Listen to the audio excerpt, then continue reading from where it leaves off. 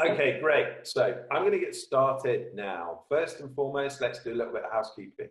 So if you're like Peter and it's the first time that you've used Zoom, let me just take you through the controls.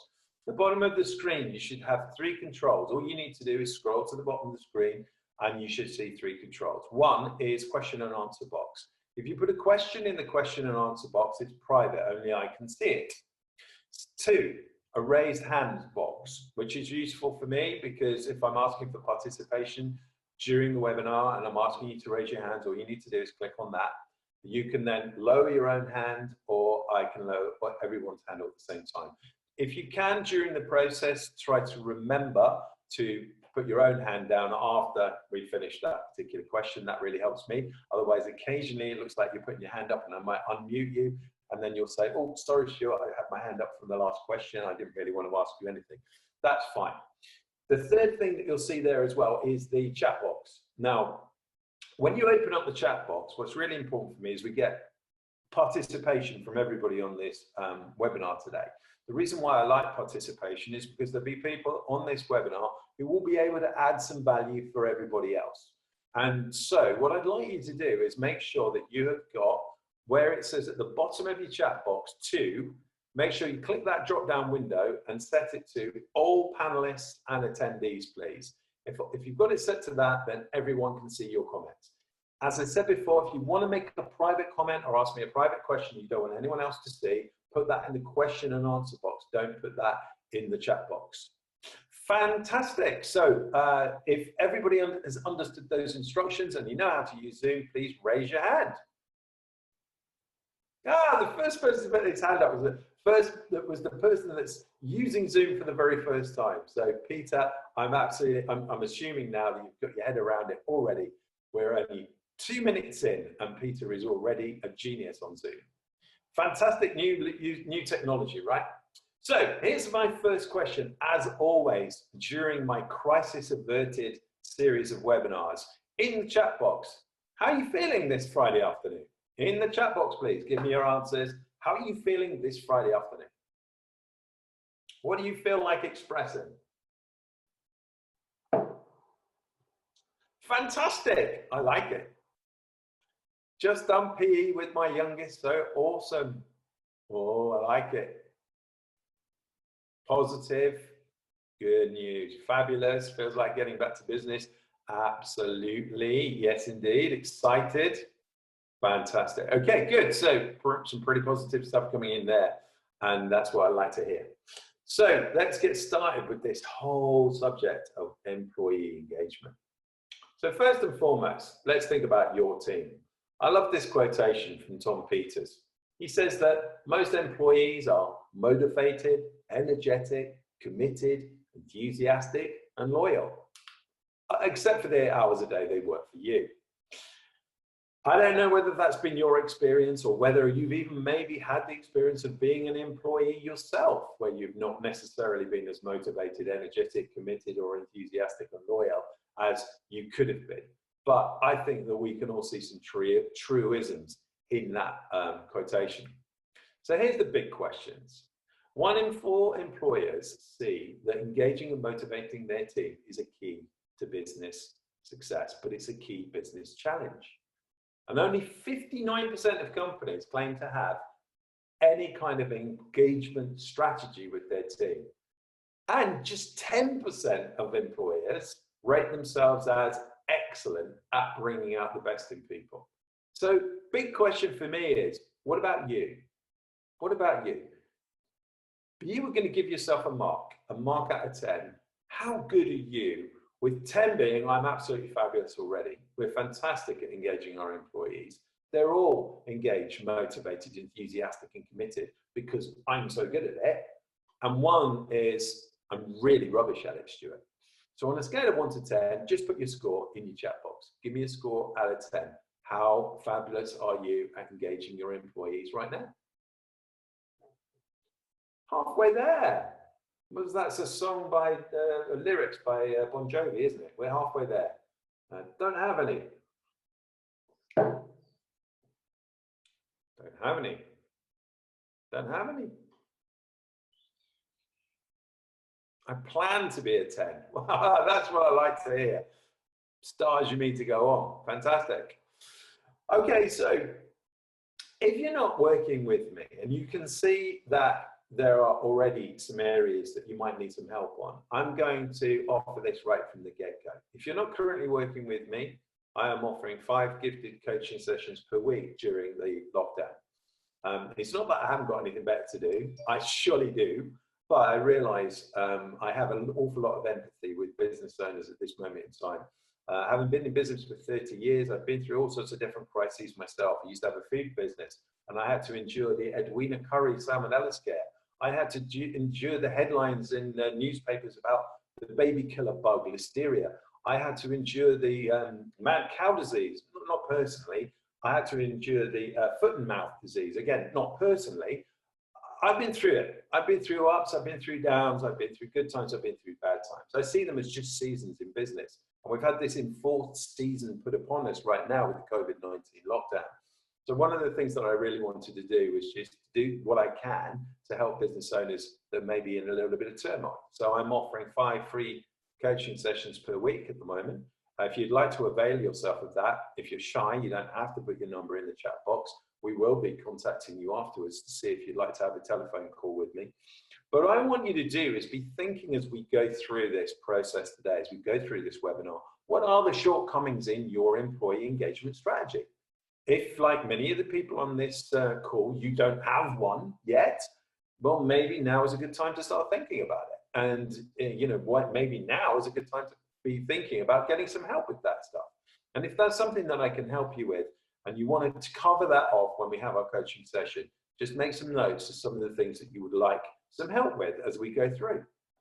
So let's start off with what the heck this whole thing of employee engagement is. And I particularly like this little cartoon here.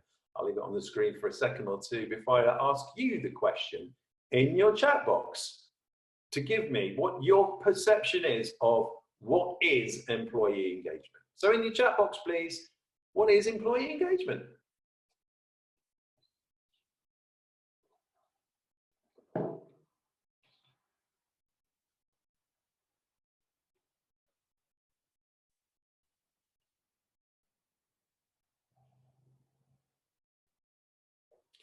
Great communication, teamwork, fun, getting employees to give their input and ideas and work as a team.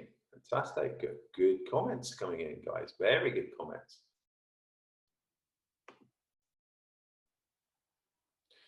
The employee feels happy and valued and able to speak to you. Jonah, if you could put if you're okay with sharing these comments with everybody rather than putting them in the question and answer box, if you could put your comments in the chat box and make sure you've got it set to all panelists and attendees, I'm sure that everybody here would love to hear from you. So it'd be great if you could put those comments in the chat box rather than the question and answer box. That's just for private comments. No problem. Thanks, Jonah. I appreciate it. So Jonah did say that employees happy and feeling valued and able to speak to you about anything, which I think is a really good point. All singing off the same hymn sheet, empowered. Employees happy and they feel valued and able to speak to you about anything. Employees are valued and motivated, happy at work, understand their role and meeting the company's goal. Fantastic. Some great comments there from you, ladies and gents. So let's have a look at the definition of employee engagement. Now here's the thing. It's difficult to define. And when I went looking, there's probably more than 50 definitions of employee engagement, but I picked this one. Employee engagement is the extent to which employees feel passionate about their jobs, are committed to the organization, and put discretionary effort into their work. I think there's two elements to this. Ensuring that employees have the attitude, behaviors, skills, and tools to contribute to the business goals and overall success of the business, just like somebody else said in the chat box just a minute ago. It also reflects the importance of employee well-being. You were all saying, many of you, that they need to be happy. And we all know that when we're happy at work, it has a significant impact on our home lives as well. Equally, nobody wants to be having that horrible Sunday evening feeling, or for some people, it starts on Sunday morning where they're dreading going to work, or that Friday feeling, which is I'm just living for the weekend. You know, that's what we want to avoid if we're going to get a really great place to go and work. But one thing that I think is really important to get right from the get-go is that employee engagement is not the same as employee satisfaction. So let's start with satisfaction. So here's some of the building blocks for employee satisfaction. These are the kind of things that need to be in place. You know, they're pretty obvious things. These are what we call hygiene factors. If you have ever heard of Herzberg, this is all about Herzberg's theory. Hygiene factors. These are the things that need to be in place, the foundations. But these things simply mean that there's no dissatisfaction. It doesn't mean that there is satisfaction. The elements that lead to satisfaction at work tend to be these kind of things: personal growth, advancement, responsibility. The actual work itself, is it enjoyable? Is it rewarding? Recognition and achievement. These are not hygiene factors. These are what we call motivators. Now, the difference here is motivators encourage employees to work harder, whereas the absence of hygiene factors will often mean that employees will work less hard. And here's the thing, when it comes to motivation, you can't motivate a team, but you can motivate an individual. So how good are you at motivating individuals? Ask yourself that question. Now, a lot of it depends on your personality profile. Some will find it easier than others to motivate individuals. Now, when you work with me, I'm going to teach you best practice for motivating individuals in your workplace. Now, just think, what would it be worth to you to have a team of really motivated people working towards your goals? And that, ladies and gentlemen, is just employee satisfaction. We haven't even scratched the surface yet, because we want to be moving not just from satisfaction, but we want to be moving to employee engagement. So what's the difference, satisfaction versus engagement? Well, I've done a lot of research on this and I've pondered it an awful lot. And I think it's something to do with the difference between logic and emotion. You see, if you look at some of those hygiene factors that I was talking about earlier on, you know, a lot of those things are pretty logical. Whereas actually, I think that employee engagement refers to the emotional attachment that employees have with the organization that they're working with and their jobs. According to a dictionary, the dictionary definition is that employee engagement is the emotional connection an employee feels towards his or her organization, which tends to influence his or her behaviors and level of effort in work-related activity. And I think, like many things in life, it's an 80-20 rule, 20% logic, 80% emotion.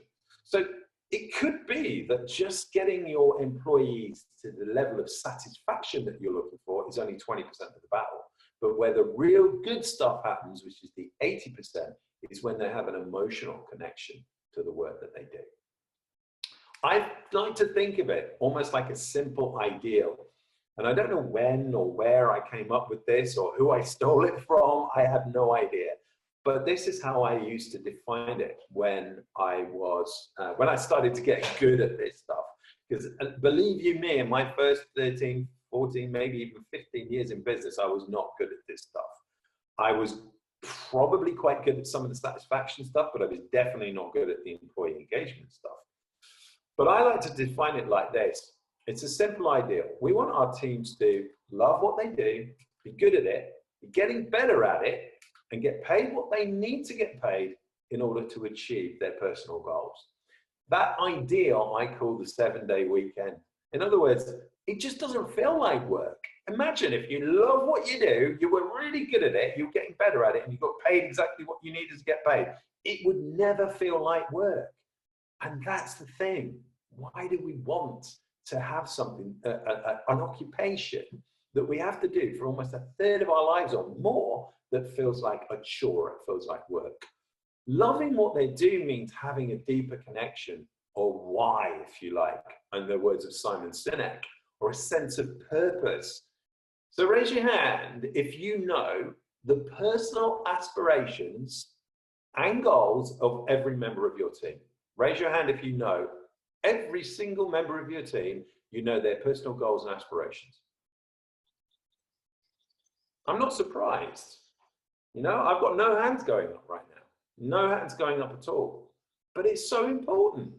If you don't know the personal goals and aspirations of all of your team members, how can you help them to achieve them? How can working for you help them to achieve them? And if you can't help them to achieve their goals, how can you expect them to help you achieve yours? Think about it. See, I think the purpose, or one of the jobs of a business owner is to be a leader, and a leader needs to create a vision, and the vision is there to enroll and inspire.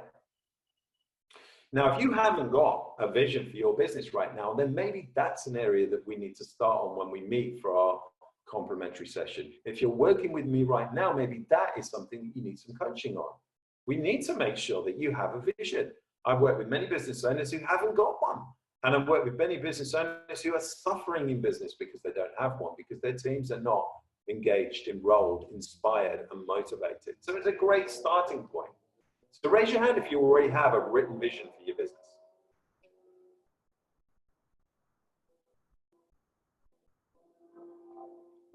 Okay. A few people, not very many, okay? Not enough. We've got some people that are already drafting it. If you're working with me, then that's good news, because you'll be working through the process that I've given you to help you to create an amazing vision. And then we're going to be going on to vision, and then we're going to be going on to culture. But as well as having that vision, we also have to have clarity on how each individual actually contributes to that vision. Clarity on how they will benefit from achieving that vision. In other words, what's in it for them?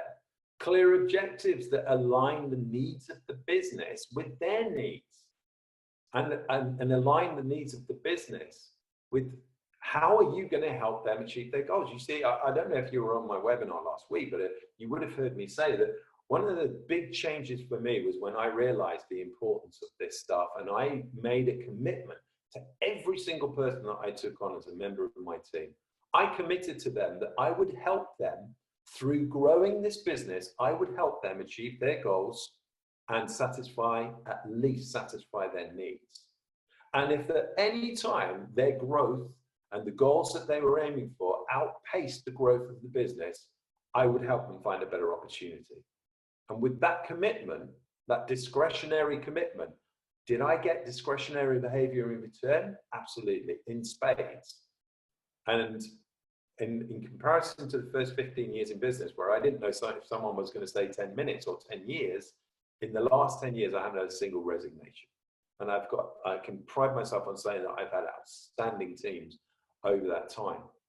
So you've got to have that. You've also got to have clear and regular performance management. People need to know where they stand. If you've not got performance management standards and you're not keeping up those standards, then people don't know where they stand, and then they start to drift. And it's also about the honest conversations and feedback. People need that. There's no such thing as bad feedback. Or you either win some or you learn some. So this vision that we're talking about, the importance of it cannot be underestimated.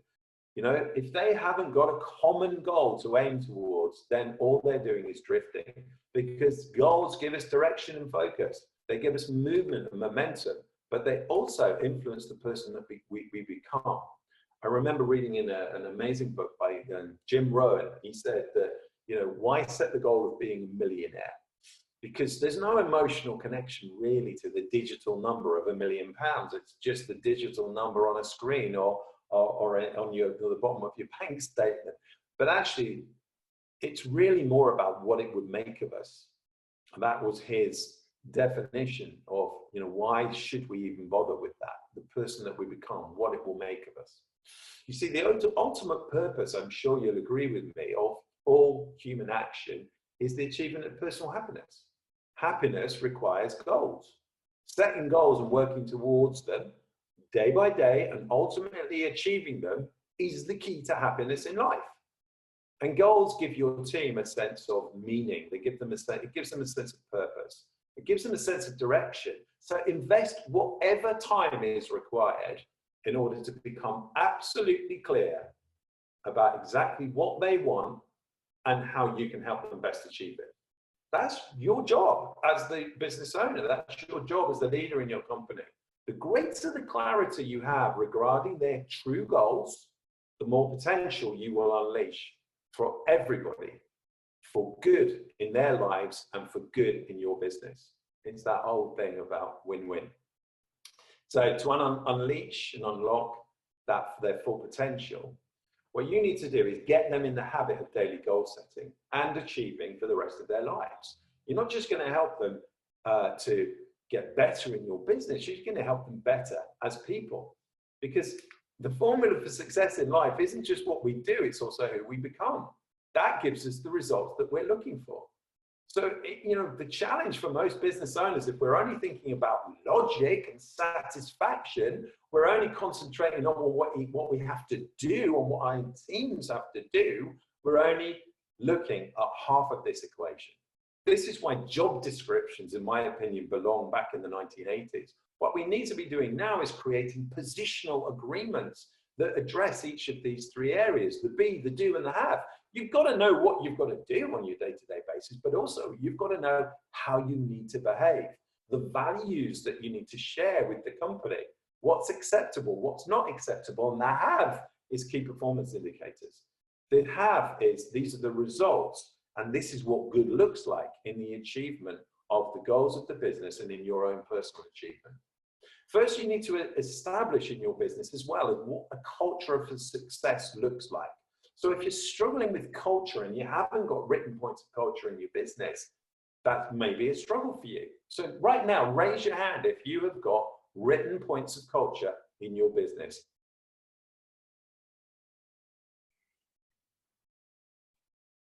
Okay, not enough.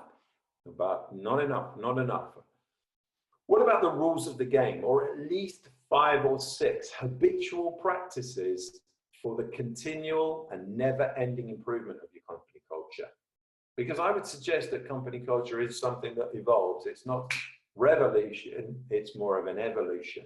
And we need to have a continual and never-ending improvement of these things in the business. If you don't have these things, if these things that are missing, maybe these are the things that we need to start on when we work together on our complimentary session.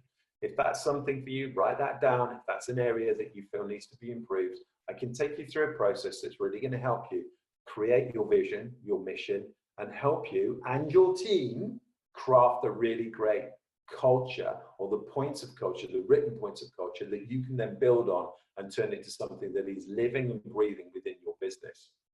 It's not easy, but when you make some time, is it worth it?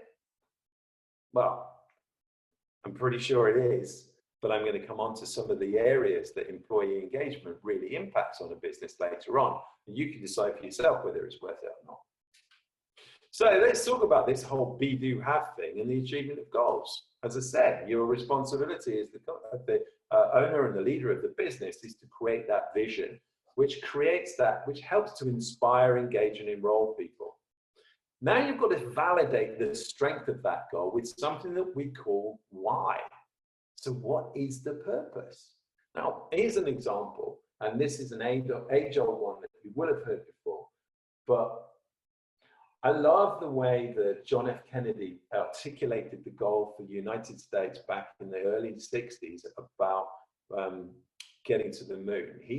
His goal, the way that he articulated was, he said that we choose to go to the moon. He didn't say, we'd like to go to the moon if we can, it'd be quite nice. He said, we choose to go to the moon. He was a strong leader. He created a really inspiring vision. Then within the team at NASA, they built on that and built a great culture in their team, to the extent that when John F. Kennedy went to Cape Canaveral to meet the team, he met a janitor. And the janitor, when he asked the janitor what it is that he did, he didn't say, I sweep the floors and I clean the toilets. He said, I'm helping put a man on the moon. He knew that he played an important role in achieving that overall goal, that he wasn't just the lowest paid, lowliest person in the building. And that was what that leadership and that inspiration gave to every single member of the team.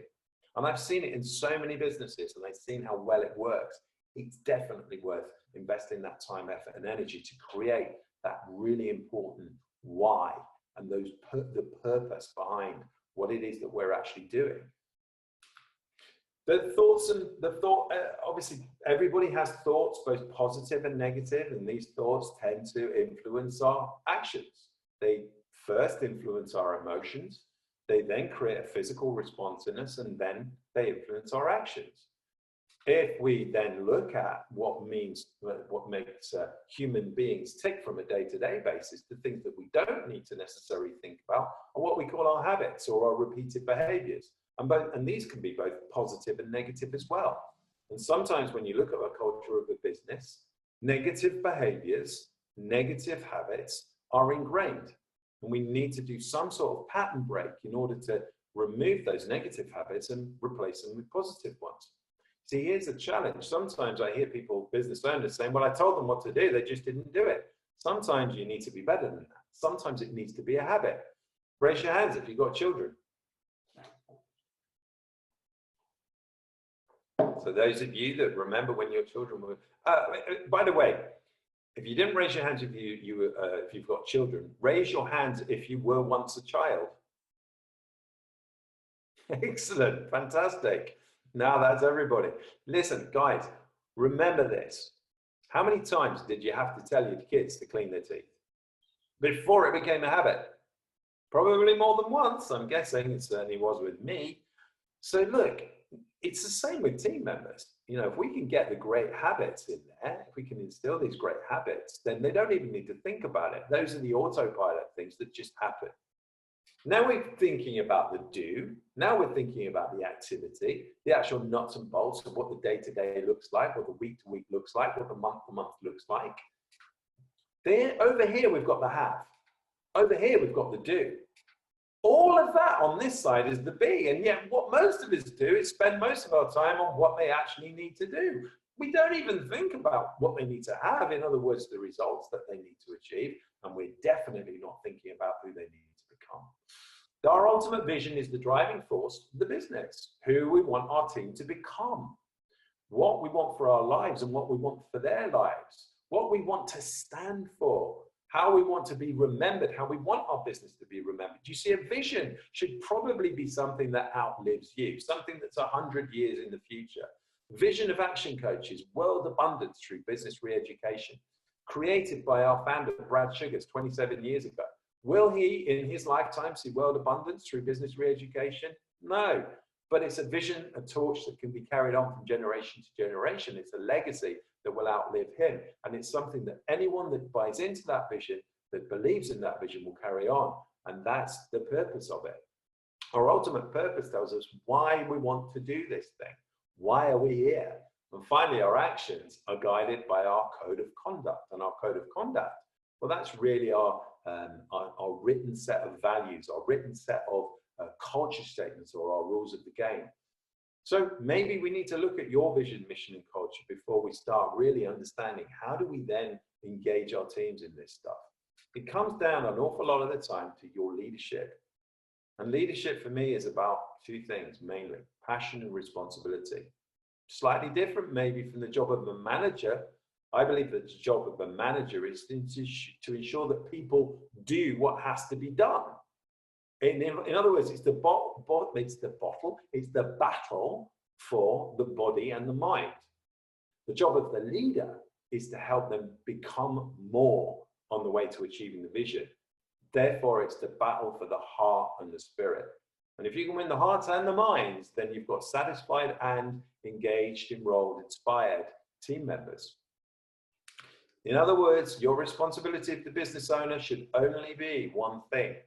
Yes, I know there's a journey that we need to take you on in systemizing the business. Yes, I know there's a journey we need to take you on in ensuring that you've got great sales and marketing strategies. Of course, we need to take you on that journey. But what I want you to be left with as the business owner is one central role: looking after these guys.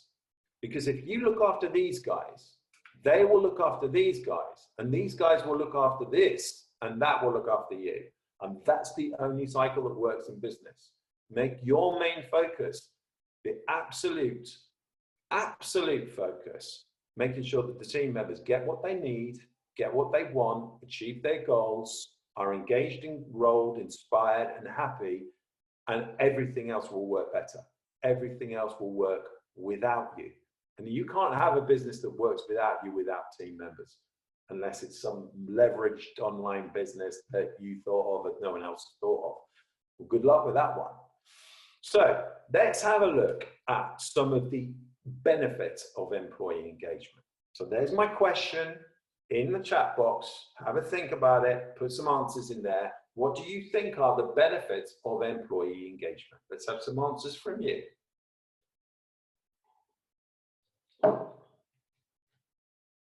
See what we got. Retention, therefore cost saving. Good one to start with. Higher productivity levels, retention, reduced absence rates, fantastic. Business growth, fantastic. What else we got, guys? Good customer service. Yeah, absolutely. Better revenue, ideas and creativity. Fantastic. A fun place to work. Excellent. Raise your hands if you've ever worked somewhere that wasn't that much fun. the speed at which your hands went up. I love to hear your stories sometime, but let's get cracked on with some of these things in a little bit more detail. So let's first of all look at increased productivity. A study by Gallup revealed that an engaged and connected workforce are 21% more productive. Engaged employees that like what they do and feel that their work is meaningful. Engaged workforces will work harder, faster, for longer, with more enthusiasm. Also, Gallup's report showed some really interesting results as well. So listen to this. So we talked about the difference between satisfaction and engagement. Satisfied employees are 40% more productive than dissatisfied employees, and engaged employees are 44% more productive than satisfied employees. So that's a wow right there. Also, retention rates. Somebody mentioned retention rates. Gallup also did a survey in 2017, I think it was, that showed a snapshot of 51% of the workforce were actually planning to leave their jobs. Now imagine if that is 51% at any one time. Right now, during COVID-19, I heard, whether this is true or not, I have no idea, there are 8,500 CVs per day going on CV Library. For some people, it's just been a great excuse to start looking for another job. For others, they are actually not very happy with the way in which their employers have handled the whole furlough process and the lockdown. And for some, they're just scared that maybe the business isn't going to be there when they get back. See, the thing is, there are a number of different reasons why people tend to leave. Some of the reasons are things like lack of recognition. Some are things like internal conflicts, lack of a pay rise. But actually, the number one reasons why people tend to leave is they tend to leave their manager. Employees tend to join a company with expectations and desires. And if you fail to provide those, they start looking for better options, just like customers do. But which is easier? Is it easier to find customers, or is it easier to find good employees? My own opinion, it's easier to find customers. Now, that might just be because I've spent a lot of time investing time, effort, energy, and knowledge in understanding how to be good at sales and marketing. But in my experience, it's easier to find customers than it is to find really good employees. So if we get them, we want to keep them. Engaging employees helps to reduce the cost of turnover and improves retention. Engaged employees are 87% less likely to leave. Aon in 2018 did a global engagement report which showed some interesting results about revenue. It showed that for every 5-point increase in engagement, and you might be asking yourself, well, how do they measure this stuff? Well, we'll come to that later, because remember, if you want to manage something, you've got to measure it, so you need to know how to measure this stuff. But for every 5-point increase in engagement, this led to a 3% increase in revenue. When employees feel engaged, they naturally go that extra mile to achieve. They finish their work faster, they have the capacity, and their capacity to finish tasks increases. Higher engagement levels increases a company's revenue. Simple as that. How much? By exactly 2.5 times more than a company with lower engagement levels, is what all the statistics and surveys have proved. 2.5 times. You know, sometimes people say, oh yeah, but employee engagement doesn't make that much difference, does it?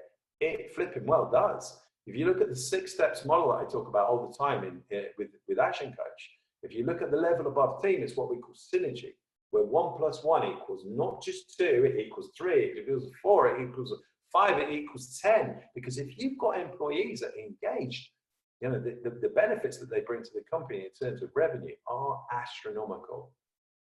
Somebody also said it improves customer service. You're absolutely right. To improve your customer service, increase your engagement levels. Because engaged employees take less unauthorized leave, they're more attentive, they're more friendly, all the things that are required for good customer service and building good relationships. Engaged employees, 70% of engaged employees understand how to meet customer needs compared to 17% of the disengaged. Absenteeism. A couple of absences for appropriate sickness or unforeseen events is okay, but repeated absence, that can be a result of dissatisfaction or disengagement. Increased absences obviously hamper the productivity and performance of the employee.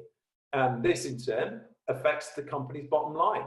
Providing your employees with a good work-life balance is integral to making sure that your absenteeism is lower. So in terms of statistics, with an engaged workforce, on average, the absenteeism levels, that's easy for me to say, are about 2.69 days per year. Whereas in a workforce that are disengaged, it's 6.19, so nearly 3 times as much. It's not just about engagement as well. Good holiday policies, wellness programs are also great strategies for improving, for reducing absenteeism. Makes them loyal. As per the definition that I gave you earlier on, engaged employees are emotionally attached to the organization. And when they're emotionally attached, they're naturally going to be more loyal. Now, just engagement doesn't make them loyal alone. You've got to look at things like appreciation, autonomy, decentralized power distribution. Those are all great ways of earning loyalty as well. Also, better quality of work. Employees who feel engaged always put their best in when they're doing something. These employees are much more motivated than others. And you know, that motivation also turns into drive. The difference between motivation and drive is motivation comes and goes, drive lasts forever. Great book for you to read if you're looking for ways in which to motivate your teams or motivate the individuals so that you can motivate the team, is a book called Drive by Dan Pink. Brilliant book. Raise your hands if you've read the book. Nobody. Great book for you to read. Write it down. Drive by Dan Pink. You're going to see some really interesting things in there. He even talks about how money can be a demotivating factor, how bonuses and commissions can be a demotivating factor if you don't do them correctly. So it's a great book to read if you're thinking about employee engagement. So obviously, since these people enjoy their job, they're much more efficient in their work. So they're going to, the work is better quality. They consistently come up with new ideas. They learn from mentors. They work better in teams. They also work to upskill themselves. In other words, they take some responsibility for their own personal development.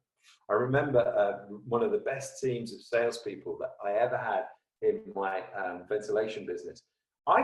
Sometimes I had to try and stop them from doing their own personal development, because I had one of them who was reading 5 personal development books all in 1 week, you know, and it was too much. These people are so motivated for improving themselves because you've shown them the way. You've shown them how, as Jim Rohn would put it, work harder on yourself than you do on your job. Because if you work hard on your job, you can make a living. When you work hard on yourself, you can make a fortune. And you should never be afraid of helping your teams to get better and better and better. I remember my mentor once said, you know what, Stu, you get the people you deserve. And I said, well, yeah, but if I train these people, the risk is that they're going to leave. And he said to me, yeah, but if you don't train them, the risk is that they're going to stay. And he was so right. You see, Richard Branson put it really well. Train your people so well that they could leave. Treat them so well that they will stay. So never be afraid of helping your people get better and better and better. Remember, the formula for success is B multiplied by do equals have. So what else is there? The other benefits of employee engagement? Well, they work harder. They're more focused at work, and they feel connected with when they feel connected with their work and the environment. So there's some research on this one as well. Dale Carnegie, they showed that engaged employees outperform others by on average 202%. That's like having 3 people for 1 when you've got an engaged employee. When employees don't feel connected, it's unlikely that they're going to put in the efforts. Connected or engaged employees clock in for longer hours. They show discretionary behavior. They never ask you to make up their pay, and they get the work done on time. What about the positive vibes? Let's not underestimate the value of that. Highly engaged employees bring a spirit and an energy to the workplace that is infectious. Their motivation and drive to succeed doesn't take long to catch up with other people. These are the people that I like to call the cultural architects. These employees motivate others to achieve in their tasks. They call other members of the team out when they're outside the points of culture. Then the business becomes self-managed, self-policing, if you like. And that's when it becomes really easy to synergize and build your business and be really successful. These people are poles apart from the actively disengaged employees. Those are the ones, the actively disengaged are the ones that are actually trying to sabotage your damn business. They're actually actively doing things to make sure that your business doesn't succeed. How much is that costing businesses these days? Ridiculous amount of money. But with your cultural architects, they're building the culture in the business, and those are the people that we're looking to really, really work with. These employees, these engaged employees, are innovative. Somebody said earlier on, you know, the opposite is stifling innovation and creativity. These people continually come up with new dynamic ideas which can help build the company's image. Since they're so involved with their work as well, they're always finding new ways to make their work interesting and improve things for you. In fact, 78% of engaged employees whose employers encourage them to be innovative and creative are also more loyal to the organization because they've got some skin in the game. They've put their ideas forward. Those ideas have been utilized. They've now got some emotional attachment, some skin in the game. That was my idea. And they get the recognition for it. They're proud to be giving you that. And the more that you praise them for that, the more they give. And it gives them. Also, we need to, if you were on my webinar last week and we talked about the 6, 7, 8, 9 keys to a winning team, we talked about giving employees the autonomy to make decisions and to be creative with their work. In other words, to support risk-taking. Because if you don't support risk-taking, if you've got a blame culture, that's the first area that really suffers. Now, this is an important one. If you've got an engaged workforce, it really can help you to get more business because these people feel a sense of pride to be part of your organization. They're actually actively out there promoting the brand. I work with a really nice couple of guys who have set up their own business, and they sell body jewelry. And we're talking about tunnels and plugs in their ears. And they both used to work at Nando's. And Nando's did something right in terms of their culture, because these guys are massive advocates for Nando's, and not just because they like chicken. They were really, really enthusiastic about the company. So they're clearly doing something right there. These people talk about the products and the services and the brands to their family members and friends. And this is 67% advocacy amongst the engaged compared to only 3% amongst the disengaged. And I've seen countless examples of disengaged employees who actually sabotage the company's reputation and tell their friends and family not to buy from them. And that would be disastrous if that was your company. Moreover, a person who is more likely to buy a product, we all know, if they've been recommended by somebody else. So the conversion on those kind of leads is really, really strong. So also thinking about it, with the influence of social media right now at the present, wouldn't it be great if you had a whole bunch of people that were working for you who were going around advocating your business? In other words, your employees. And it's much more likely to happen if they're engaged. Give them the reason for feeling pride to be associated with your company, and they will become advocates. Next, we all know that hiring, I'm absolutely certain that you've been in a situation yourself before where you have either had or have offered positive suggestions yourself. Engaged employees take an active participation in the company meetings. And these are the people that want to understand more about the company. They involve themselves with the company on a deeper level. In addition to that, they're the ones that are always offering suggestions to advance the company's growth. I think this was one that most people really got to grips with as well when you were making your comments, because we all know that your team, if you've got, we know that it costs a lot of money to employ new people. Not just costs money, but also takes a lot of time. And actually, there was a study by Deloitte that said the cost of losing an employee can range from tens of thousands of pounds to 1.5 to 2 times their annual salary. So we don't want to lose them. We need to, if you were on my seminar last week or my webinar last week, we were talking about the importance of recruitment. And we want to recruit to retain. But this works in 2 ways. When employees leave a company, the cost of hiring and training a new employee is high. So you've lost all that money that you invested in this person in the first place, and now you've got to start all over again. Another situation is when you have an employee that stays with you and they do their work half-heartedly, but still take the full paycheck for it. Because all of these elements lead to costs within your business. So it's been proven that having an engaged workforce is going to save you money. Now, these employees as well are also intrinsically motivated. Now, that means that some of them don't really work for that paycheck. Like I said before, sometimes this can be a demotivating factor. It's not always about the money. Sometimes I hear too many people in business saying, well, in order to incentivize them, in order to get them motivated, get them working harder, I've got to pay them more. No, not true. Not true. If you've got an engaged workforce and they're intrinsically motivated, it's not about the money. They do it because they enjoy their work. Their work fulfills them internally. It aligns with their beliefs and their aspirations, which means you have to have that as part of your recruitment process. If you are not involving your culture statements, your vision and mission as an integral part of your recruitment process, how the heck are you ever going to get people who are in alignment with your values? Values are one of the most difficult things to change in a person. They're deep-seated. They're deeper even than our beliefs. They go all the way back to our childhood many times. So you need to find those people that have got values that are in alignment with your company values.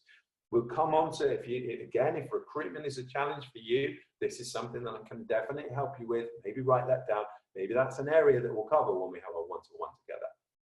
So, employees, engaged employees, most likely to be intrinsically motivated because they share that emotional connection with their work. So next question, what do you think drives employee engagement? In your question box, give me some answers. What drives employee engagement? The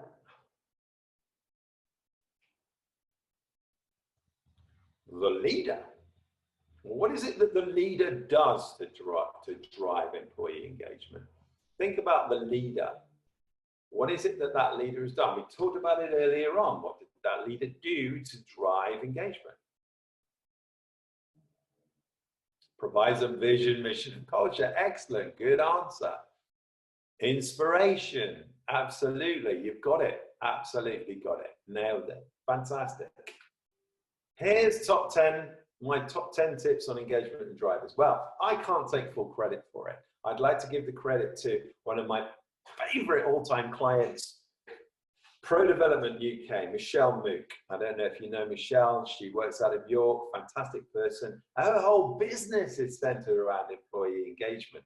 And Michelle and her team are fantastic at helping companies to improve employee engagement within their businesses. And these are her top 10 tips for engagement drivers. We talked already about the contribution to that vision that motivates and inspires. And there are another 9 on there that maybe you need to look at. And as you look through those things, think to yourself, what areas do I need to really improve upon? Maybe you want to make a note of areas that you feel you need some more help on, because these are all areas that when we work together, we can look at and help you get much better at, which you get better at these things, you're clearly going to drive employee engagement, because these are the top 10 engagement drivers. Now, I can't go into these in massive detail today. I wanted to show you what you need to know. If you need to get to grips with the nuts and bolts of the how to do all of this stuff, by the way, raise your hand if you would like us to send you the slides after today. All right, okay. So there's a number of you, in fact, yeah, good number of you that would like to see the slides afterwards. Well, I'll make sure you get these slides in case you've missed anything on here. And I would like you to make a note of areas that you feel you would need some more help with. We've talked about the vision, we've talked about the culture. What I want to talk about now is the communication. You see, I believe that your communication really does determine your success in building a successful team. And there's a number of different areas that we would need to cover off with you. So raise your hand if you already, as part of your day-to-day business, have personality profiling like DISC profiling, talent dynamics as part of your business. Raise your hands if you do. Okay, so I've only got one hand going up, and I'm going to unmute Jane. So Jane, you're self-muted. If you want to unmute yourself, let's have a chat. Jane? I don't know whether Jane has a, oh, there we go. Let's just see. I'm not sure. Oh, hi, Jane. Hi. Hello. So you use personality profiling. Tell us a bit about it. Well, I actually use the DISC with some of my clients as well. And what it does is it identifies your behavioral types, what works well for you, how you interact with individuals, your behaviors, all those sort of things. And it helps you to identify what could actually be challenging for other people who actually face you, but they might be the total opposite to you. They might be similar to you. So it really does help you identify, you know, how you can further develop as an individual and how you communicate with different types of people. And you can do them based around if you've been a team member, or whether you're a manager, or whether you're a leader, or whether you're a salesperson. And they're really valuable, and they really get to grips with who you are and how you operate. So can you see how these things are really important tools that managers and leaders can use in their businesses to help drive employee engagement? Oh, absolutely, because what it does, it enables you, they help you reflect on how you interact and communicate with people of other styles, and they give you advice. You know, you can explore how you could actually improve how you have those relationships, how you communicate with those other individuals, and be far more effective either as a manager or as a leader or just as a team player. Fantastic. Thank you so much for your contribution, Jane. I really appreciate it. Just going to mute you up now so that we don't hear you in the background, or if you could self-mute, that would be great. So yeah, ladies and gentlemen, DISC profiling, or there are others available. Personally, as an action coach, I'm a massive fan of DISC profiling, and it's something that I would recommend that you use partly as certainly as early on as a recruitment part of your recruitment process, but then on ongoing basis to help you maximize the communication that you have with your team. Now, here's the thing about good communication. Your communication is the response you get. You are responsible for the response, not the other person. Back in the 70s or 80s or whatever, we were told, or even 60s, we were told by our parents that you've got to treat people how you'd like to be treated yourself. Okay, it's good advice, but it's not the best advice. The best advice is treat people how they need to be treated. Now, you will never know that unless you're doing these kind of profiling, or you're using these kind of profiling tools. The same with neurolinguistics. Understanding how people need to be communicated with is vital if you're going to get the right results with these people. Working on your listening skills could well be another area. You know, having really good listening skills, empathy, emotional intelligence, another key to improving communication. You've got to have open and honest communication in your business. If you don't, you're never going to drive employee engagement to where it needs to be.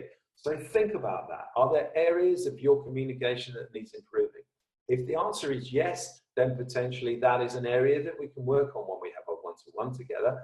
So maybe you want to write that down and say, Stuart, I want to cover off some ideas, some strategies, some skills that I need to work on to improve my communication, because I know that will help me improve my results with my team members. By the way, just as Jane said, that could also help you improve your results with prospects, with customers, maybe even with your partners and your children. Maybe that might be something that you want some help with.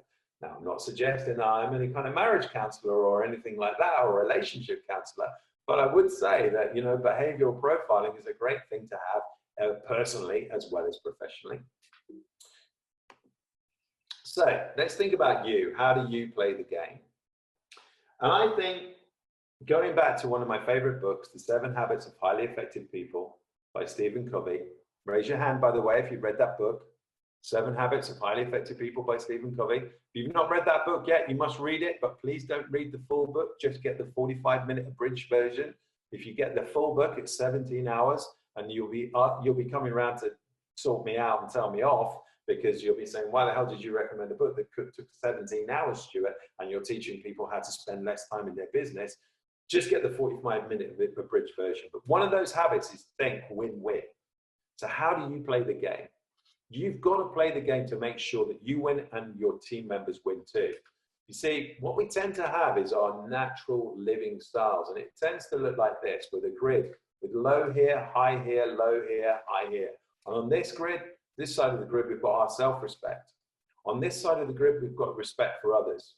And down bottom of the left-hand corner, we've got lose-lose. These are the people that tend to be manipulative and aggressive. Raise your hand if you've ever had a boss that was manipulative and aggressive. only a couple, but I'm surprised. I would have thought there were more, but you know what? Definitely seen a lot of people that are manipulative and aggressive in a position of responsibility. That's going to be a lose-lose. What about hostile and aggressive? Raise your hands if you've ever had a boss like that or met somebody in a position of responsibility like that. Absolutely. That's a win-lose. That person is saying, I'm better than you. I'm okay, but you're not okay. In the lose-lose situation, that's, I hate you and I hate myself as well.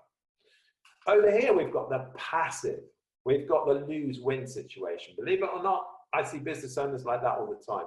I was working with one who would not allow a really toxic member of their team to move on because that member of their team brought in a lot of business. But the damage they did to that business was almost irreparable and will take years to undo the damage that that person did by keeping them in the business. So passive doesn't work either. That's a lose-win. What we're looking for is the attitude of being assertive. And understanding how to be assertive is an amazing skill because you're always going to get the win-win. That's the living style we need to have with our teams. Anything else doesn't work. Right in your chat box, if you're working with me and you don't get this right, I'm going to be severely disappointed. What are the 2 most important words in business? In your chat box. First person to answer that works with me is going to get a prize. Yay, Joe Wilson, you win the prize. The most important 2 words in business are test and measure. Joe, you're alert, you've been listening. Thank you so much. Jonah, I'm sorry, you were just behind her, but yes, you got it right too. 2 most important words in business are test and measure. Measure what matters, guys. You can't manage something if you're not measuring it. Does employee engagement matter? Yes, it does. We've seen all the benefits of employee engagement. There are so many benefits of employee engagement. It matters massively, but you can't manage it if you're not measuring it. So how do we measure it? Here's one way of measuring it. Gallup 12 questions. Now you can Google this at your leisure. But I've just put sort of, the 12 questions that you would be asking if you wanted to do an employee engagement survey in your business with Gallup. It's a template. It's not necessarily bespoke to your business, so it's a good starting point. If you work with somebody like Pro Development, Michelle Mook, they will bespoke for you an employee engagement questionnaire that you can use within your business. Another one which is really simple is Employee Net Promoter Score. Remember earlier on we talked about one of the benefits of employee engagement being advocacy. Employee Net Promoter Score, that comes from, and you know, you might have to Google how to score it because the scoring is a little bit complicated, but it is one simple question that you ask your employees on a scale of 1 to 10, 10 being extremely likely, 1 being no chance. How likely would you be to recommend somebody to come and work in this organization? That's a really simple question to ask them. An Employee Net Promoter Score gives you a measure as to how engaged, enrolled, inspired, satisfied your team members are. It doesn't go into as much depth as the Gallup 12 questions, and when you score the Gallup 12 questions, you'll understand why, but it's still a good measurement for you to be using. So employee engagement, let's go through some top tips. Again, these come from my good friend, Michelle Mook from Pro Development. These are her top tips for improving employee engagement. Create an environment that understands, because a lot of this is about environment, the environment that you create for people. Create an environment that understands people are the key. Your responsibility is to build a business with great systems so that you can hire great people, not to have a business that is haphazard. So it means you have to go out and find absolute super people, because that's when it becomes really hard, because they're really difficult to find. Make sure that you've got great foundations to build on. In your chat box, what do you think is one of the key foundation stones for building a great foundations of a team? What would you say? One word. I'm looking for one word. What is the one word which is the key foundation? Jane Fisher, on the nose. Trust. Trust, absolutely the key foundation. In other words, letting go is one of the hardest things to do for business owners and leaders. But it's the one thing that if you learn to do it, will really unlock the potential of you, your employees, and your business. If you expect the worst, it can sometimes be a self-fulfilling prophecy. Expect the best in people, then if it goes wrong, don't blame the people and take back control. Provide them with fighter cover and help them to learn better for next time. Provide them for better systems. Listen, I'm going to say this now, and this is an absolute key. When things don't go right, always, always, always look for a system improvement before you look for a person improvement. Always. You've got to make time to build trust. You've got to honor commitments. You've got to trust them and their solutions. Remember, one of the 6 keys for building a winning team is risk-taking, allowing them to take risks. Empower people and then let go. And the cost of not doing it is way higher than the cost of some of the mistakes that they're likely to make. And think about it. Do you make mistakes? Have you made mistakes? Of course you have. So why is it not okay for them to make mistakes? Just because they're not you? No, it doesn't work. Create an environment that inspires people, not just once, but every single day. Does the environment that they come to work in, is it inspiring? Or is it just a shocking mess? Is everything disheveled and untidy? You know, people take notice of what you care about. There's a great example of when Rudy Giuliani became mayor of New York. He set about fixing the broken windows and getting rid of the graffiti before he started setting about trying to dismantle organized crime. So, you know, tiny little noticeable things are really important. Have you got an environment that inspires people every single day? Make sure that you've got an environment where people feel valued, reward, recognition. I've got a current client at this moment in time. Their team are on minimum wage. So we had to look at other ways to engage those people. Great example of this was when I went to Barcelona. I remember sitting at a traffic light by a set of traffic lights in Barcelona, and I looked over to my right and I saw a team of road sweepers. And they were the most happy, engaged, enrolled, inspired, but efficient road sweepers I'd ever seen. They were all wearing a uniform. It looked like a well-ordered dance. And I looked at them. When I saw those people, I didn't see people that were sweeping the streets. I saw people who were taking pride in the city of Barcelona. Someone had done a really good job of engaging, enrolling, inspiring, and creating a culture there where they really cared about their city so much. They wanted it to be the cleanest city that anyone had ever visited. That's what I saw in the split second when I watched those guys doing their job. It was incredible. It's not just about the money. You know, we've got to do it in different ways. Now, there are formal and informal ways of doing this, but you know what? A genuine and simple appreciation, a simple thank you goes an awful long way. Make a policy, get into the habit of thanking your team every single day. Also, we've got to support balance at work. You've got to understand their individual needs. You've got to understand that there's got to be flexibility when possible. See, we used to have one of my team members, one of my favorite team members of all time, wonderful lady called Simona. You know, she didn't necessarily have that many goals and aspirations, but I knew what was important to her. She was a single mom. What was most important to her was her relationship with her son, Yoni. So we needed to make sure that the job didn't get in the way of that. So it was just an unwritten rule. Whenever you need to go see Yoni, you go see Yoni. The job doesn't get in the way. We offered her that flexibility. But it wasn't a case of saying, you know what, if you're going to leave early, you've got to make up the time. Never said that. But Simona, because she was given that flexibility that she never received in any job that she worked in before, she created discretionary behavior. She gave back to us 10 times more than we gave her. So, got to encourage that. Got to also encourage positive relationships. I mean, laughter is a real key. Someone said earlier on about fun.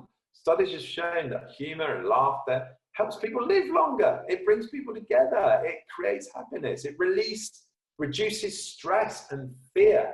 Who wants a workplace full of stress and fear? So we've got to be having fun. One of Action Coach's 14 points of culture is fun, because this is such an important area. Gives everybody more energy, and it helps you and your employees to be more creative, more productive. When you set out a vision, let me just finish up the rest of these. When you set out a vision, it gives you and your team the opportunity to make sure that everyone can see how they contribute to that vision. The objectives should clearly link back to where you're going, what's in it for them, what success looks like as an individual, and what it looks like as a team. You need to be able to measure individual performance and keep it on track as well. And you've got to have some system in place for looking at that performance with your team members. If you're not having regular conversations and celebrating success as a team and one-to-one, you're missing a trick. And where people are struggling or you meet resistance, you've got to have a good vehicle by which you actually have honest conversations and feedback with them. If you're working with me, you'll understand the importance of a whistle, what I feel like expressing. But you've got to make sure that that's run correctly, because you don't want it to turn into a bum fight or a bloodbath. How can you have a business that works without you if your people are not empowered? It's impossible. What's the easiest way to empower your people? Give them great systems, support risk-taking, have a continual and never-ending improvement culture within your business. Got to be having regular one-to-one conversations. You've got to have robust appraisals that are meaningful, not just related to the increments in pay year after year. Got to get people playing to their strengths. Understand the individual aspirations of every single team member. Make it important for you to help them achieve those things. That's the win-win. Got to have succession plans and career paths. If you haven't got a personal development plan for every person within your business, maybe that's an area that we need to talk about. All of these tools and templates that I'm talking about, we've got these in our system. We can help you to make sure that you get there quicker than you can on your own. And I think that that's the last thing I want to say. You want to be a great leader. There's no such thing as a great leader without a great coach behind them. I've never met somebody who is a great leader that hasn't already got a great coach. So invest in you, invest in your personal development, prioritize that, make it a priority, but also make sure your people are doing the same. You're investing in them and they're investing in themselves as well.